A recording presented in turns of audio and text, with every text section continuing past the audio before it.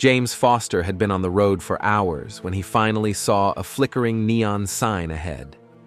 The Silverwood Inn, vacancy. Exhausted, he pulled into the nearly empty parking lot and walked into the dimly lit lobby. The receptionist, an elderly woman with deep wrinkles and a vacant stare, handed him a key. "You'll be in room 309, she said in a monotone voice. But as James turned away, he thought he heard her whisper under her breath, "No one checks out." James shrugged it off and made his way up the creaky staircase to the third floor. The hallway was eerily silent, except for the occasional flickering light. When he unlocked the door to room 309, an icy gust of air rushed past him. The room smelled of damp wood and something rotten. The furniture was outdated, the wallpaper peeling, and an old TV sat in the corner, unplugged. As James tossed his bag on the bed, he noticed something strange. The closet door was slightly open, revealing nothing but darkness inside. As he lay in bed, exhaustion taking over, he suddenly heard a faint tapping sound. Tap, tap, tap. He turned toward the closet.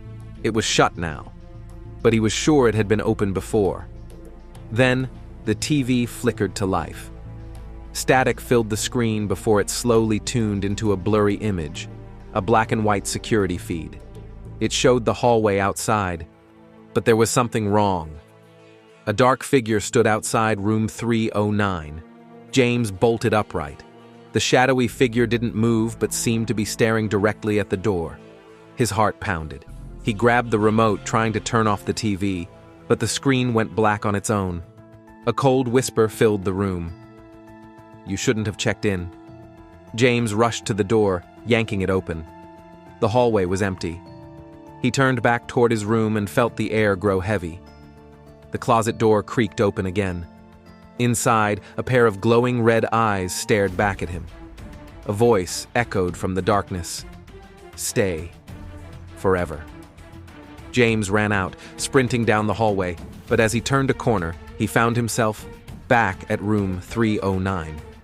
No matter which way he ran, he always ended up there. His phone had no signal. His screams echoed through the halls, unheard. The next morning, the hotel receptionist sat at her desk, flipping through an old guest book. She reached James Foster's name and let out a tired sigh.